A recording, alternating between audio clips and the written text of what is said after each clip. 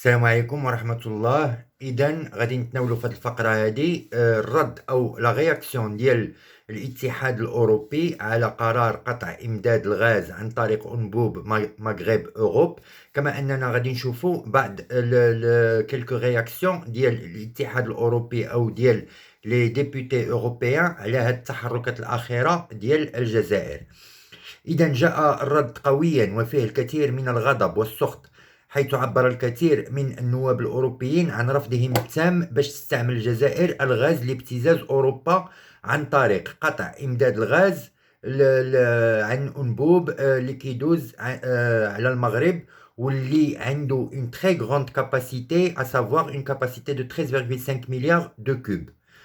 وتقوم الجزائر مؤخرا بتحركات فيها الكثير من التشنج والعدوانية والعشوائية، وهدفها الوحيد من كل هذا هو محاولة الإضرار بكل الوسائل بالمصالح المغربية، إلا أنها وفي خضم هذه المحاولة اليائسة أضرت بالمصالح الأوروبية بلا ما تشعر. وهنا كاينة لا رياكسيون ديال الاتحاد الأوروبي، إذ خرج العديد من النواب الأوروبيون كالنائب الإيطالي ماركو تزاني كتب في تويتر بأن هذا القرار الجزائري غير مقبول وغادي يشكل خطر على أمن الإمدادات بالطاقة لعدة دول أوروبية.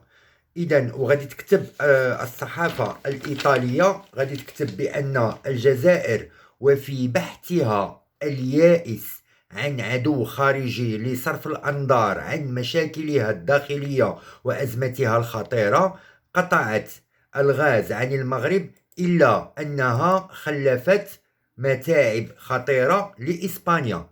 هي en italien l'Algérie gazoducto contro il Marocco ma ميتيني لاسبانيا. يعني كنشوفوا هنا كيفاش النواب الإيطاليون كيدافعوا على لا سيكوريتي دو لابروفيزيونمون ديال الإسبان.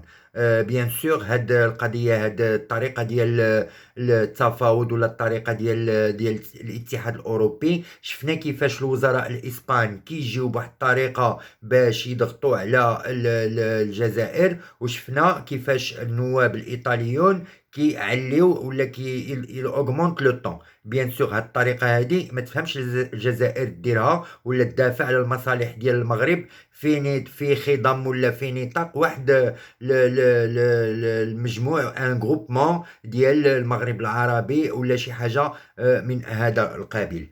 اذا كما صرح النائب الايطالي باولو غريمولدي، قرار الجزائر هو ابتزاز غير مقبول، مما ادى الى رئيس البعثه الاوروبيه المكلفه بالعلاقات مع المغرب العربي النائب اندريا غوسولينو. هاد النائب هذا اندريا هو déclaration de monsieur Andrea Gossolino, président de la délégation du Parlement européen pour les relations avec les pays du Maghreb. هاد النائب اندريا غوسولينو تقدم رسميا إلى طلب إعادة النظر في قرار إغلاق أنبوب الغاز مغرب أوروب، وطلب هذا النائب هو في نفس الوقت هو رئيس البعثة الأوروبية المكلفة بالعلاقات مع المغرب. إلى سيزي طلب أوفيسيالمون من الهيئات ديال الاتحاد الأوروبي، وهي لا كوميسيون أوروبيين وايضا لو سيرفيس اوروبيان داكسيون اكستيريور، طلب منهم باش ينزلوا هاد الهيئات هادو بكامل الثقل ديالهم لاجبار الجزائر على اعاده النظر في هاد القرار المتسرع والغير المفهوم. اذا امام هذا الضغط هذا كامل خرج سفير القوى الضاربه لدى الاتحاد الاوروبي، وعلى طريقة الصحفي اللي صرح أن السبب وراء الحالة السيئة جدا للعشب ديال الملعب هو المغرب، فبنفس الطريقة وبنفس المنطق صرح السفير الجزائري لدى الاتحاد الأوروبي السيد محمد حناش أن السبب في هذه الأزمة أي إغلاق الأنبوب الغاز اللي كيزود إسبانيا والبرتغال عن طريق المغرب السبب ديالو هو المغرب. وعلاش؟ عطى السفير واحد التفسيرات غريبة وغير مفهومة، وهو أن المغرب لم يبدي أي مؤشرات للتفاوض بشأن عقد جديد.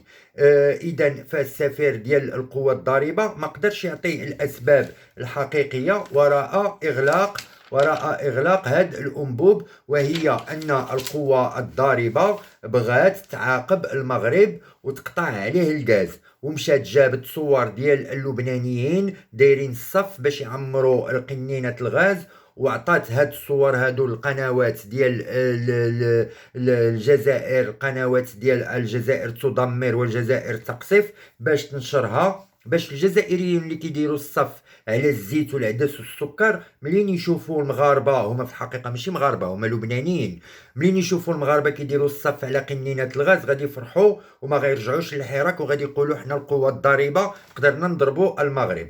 الا اننا شرحنا مليون مره ان الغاز الجزائري يستعمل في توليد الكهرباء، وان المغرب عنده عده مصادر طاقه لتوليد الكهرباء لتحل محل الغاز الجزائري، إلا أن الجزائر باغية تضر المغرب وخا في الخيال.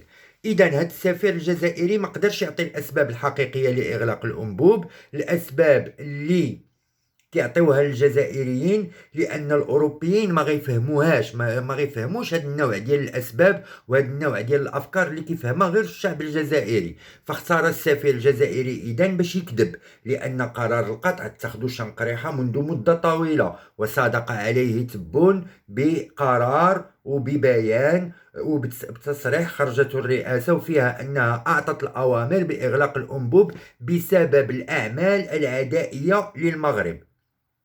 وتسناو الجزائريين حتى لآخر دقيقة، لأنهم كانوا باغيين يساوموا المغرب على المواقف ديالو من الصحراء أو من القرقارات مقابل التزويد بالغاز. ويبدو أن هاد السفير إما ما عارفش هاد الشيء هذا كامل، يعني ما متبعش لي دوسي ديالو، أولا ما كينسقش مع الإدارة ديالو، أولا كان عليه ضغط كبير من طرف الأوروبيين، لأن الأوروبيين ما معهمش اللعب.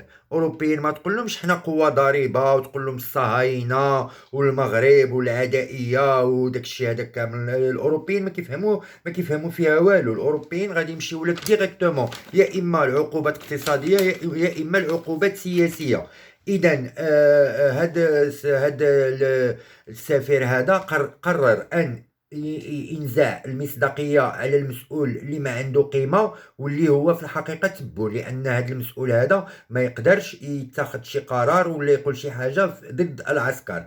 غير ان الانزعاج الاتحاد الاوروبي ماشي غير بسبب الغاز، فقد صرح النائب الفرنسي إمريك شوبخاد صرح بان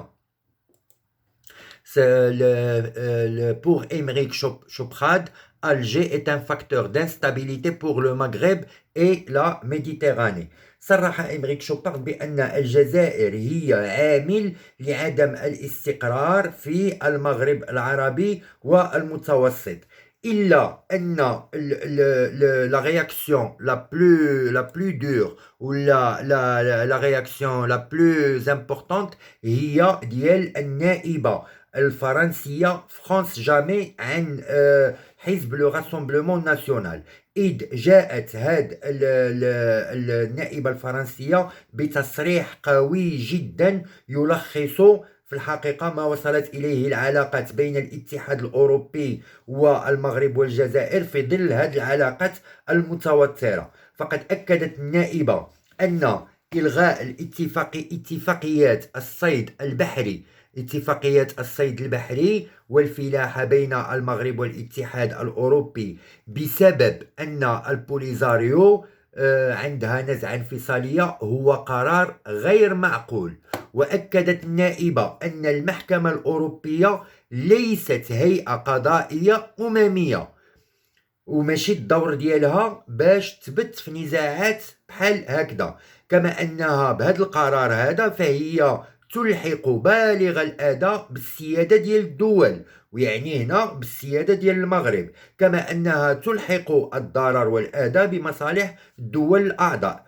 وذكرت فرانس مالي بأن الاعضاء ديال الاتحاد الاوروبي، يعني الدول الاوروبيه كامله، حتى دوله من الدول الاعضاء ما معترفاش بجبهه البوليزاريو. اذا علاش غادي يلغيو هاد لاكور دو بيش ما بين المغرب والاتحاد الاوروبي؟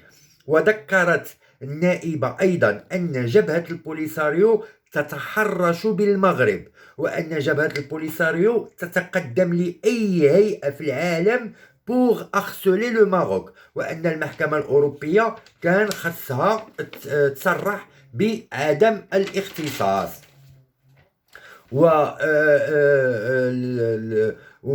لم تكتفي النائبة الفرنسية بهذا، بل خلقت المفاجأة عندما ذكرت البرلمان الأوروبي كامل بأن هادشي هذا كامل واقع مع المغرب ومع البوليزاريو، إلا أن دولة كالجزائر ما عمرها بغات تسمع ولا ما عمرها قبلت طلب ديال شعب القبائل في تقرير المصير، بينما البوليزاريو il n'arrête pas de solliciter l'Union européenne ولا لو تريبونال ديال l'Union européenne باش يعطيه الحق. وذكرت أن الأمم المتحدة حسبت عدة دول عندها بزاف ديال الشعوب، ولا عندها أوموان جوج ديال الشعوب، ومنها أستراليا وكندا والبرازيل اللي عندهم جوج ديال الشعوب، إلا أن الاتحاد الأوروبي عمره ما لغاش اتفاقية اقتصادية ولا تجارية مع هاد الدول هادو.